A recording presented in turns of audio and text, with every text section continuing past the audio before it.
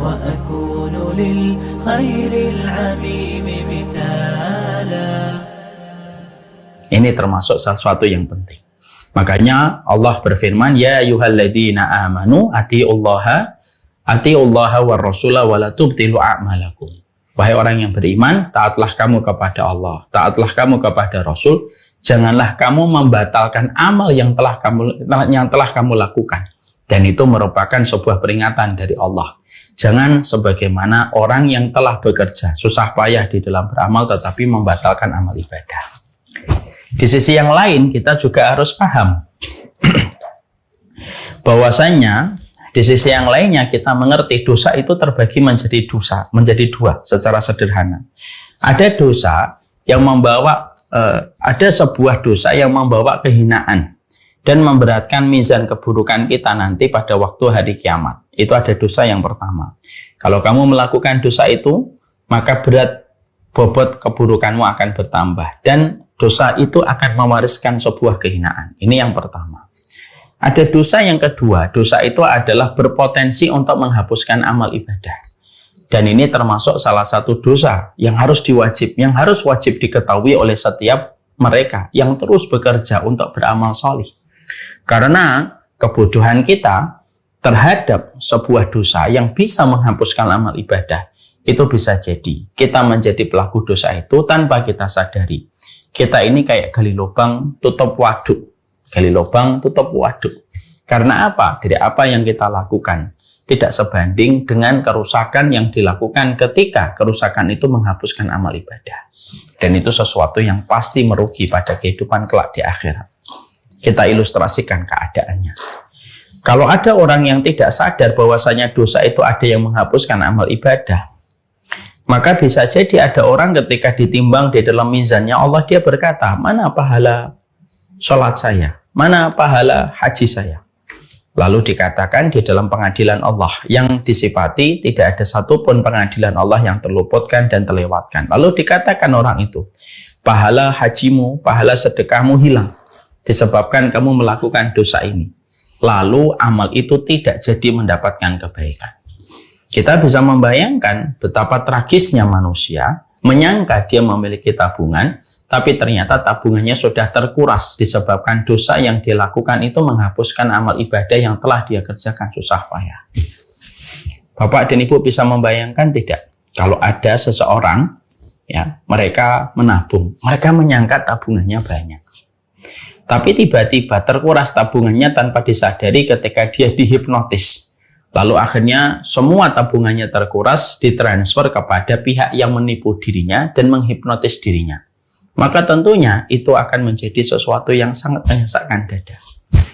Kalaulah terkurasnya rekening kita, lalu menjadikan habis rekening kita, ketika kita terhipnotis dan ketika kita tertipu, apalagi amal ibadah, maka sesungguhnya terhapusnya amal ibadah itu perkara yang paling tragis. Terkurasnya amal ibadah itu menjadikan seseorang berada pada kondisi yang sangat merugi pada waktu dia berdiri di hadapan Allah. Ini yang kita khawatirkan. Maka supaya kita tidak menjadi merugi, maka yang kita lakukan dalam ibadah bukan hanya memperhatikan syarat keikhlasannya, bukan hanya memperhatikan syarat keimanannya, dan bukan hanya memperhatikan syarat ilmu dan ittiba kepada baginda Nabi, tapi termasuk salah satu hal untuk menyelamatkan kita supaya kita tidak menjadi orang yang merugi, yaitu adalah bagaimana setiap dari kita ketika beribadah. Jagalah amal ibadah itu tidak melakukan dosa-dosa yang berpotensi menghapuskan amal ibadah kita. Sekarang mari kita bahas 6 perkara yang bisa menghapuskan amal ibadah dan ketaatan dan bisa menjadikan seseorang terperosok kepada sebuah kerugian. 6 perkara yang bisa menguras seluruh tabungan pahala ibadah kita dengan susah payah. Itu ada 6. Kemarin kita telah membahas yang pertama, yaitu adalah mereka yang melakukan kesyirikan. Pada dasarnya orang yang melakukan kesyirikan mungkin dia orang yang baik, tapi kesyirikan itu menghapuskan amal ibadah tanpa tersisa sama sekali di sisi Allah. Karena Allah tidak berkenan untuk menerima satu ibadah ketika pelaku ibadah itu hatinya telah bercabang dan telah mendatangkan tandingan bagi Allah di dalam kesyirikan. La in asyrakta la yahbatanna 'amaluka wa la takunanna minal khasirin. Kalau kamu berbuat syirik, maka aku hapuskan seluruh amalmu dan kamu pasti menjadi orang yang merugi. Surat Az-Zumar. Yang kedua yang telah kita bahas, kemunafikan itu pun termasuk salah satu perkara yang bisa menghapuskan amal ibadah. Dan kemunafikan itu ada dua. Kemunafikan amali, kemunafikan secara amal, ketika berkata bohong, ketika berjanji berdusta, ketika diberikan amanah dia berkhianat, itu merupakan kemunafikan secara amal. Ini tidak menghapuskan amal ibadah. Tapi yang menghapuskan amal ibadah itu kemunafikan i'tiqadi, kemunafikan secara keyakinan. Jadi secara keyakinan dia melakukan perkara-perkara yang menunjukkan dia memiliki sifat kemunafikan. Dia benci Allah, dia benci apa yang Allah turunkan. Dia benci Rasul, dia benci kepada apa yang datang dari Rasulullah. Dia senang ketika muslimin kalah dan dia sedih ketika kaum muslimin menang. Dan itu merupakan sifat-sifat kemunafikan yang bisa menghapuskan seluruh amal ibadah yang telah dilakukan susah payah, karena Allah berfirman di dalam surat An-Nisa 145,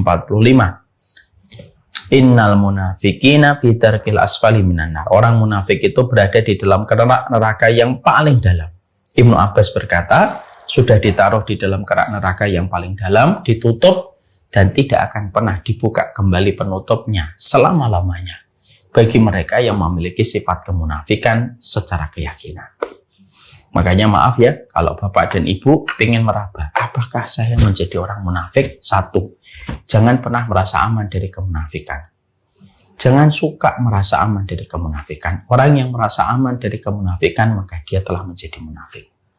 Yang kedua, pastikan kalau dia laki-laki, supaya dia tahu apakah dia munafik ataukah tidak, sholat isya dan sholat subuh, minimal di masjid. Yang ketiga, dia pernah mengikuti sholat berjamaah bersama imam 40 hari.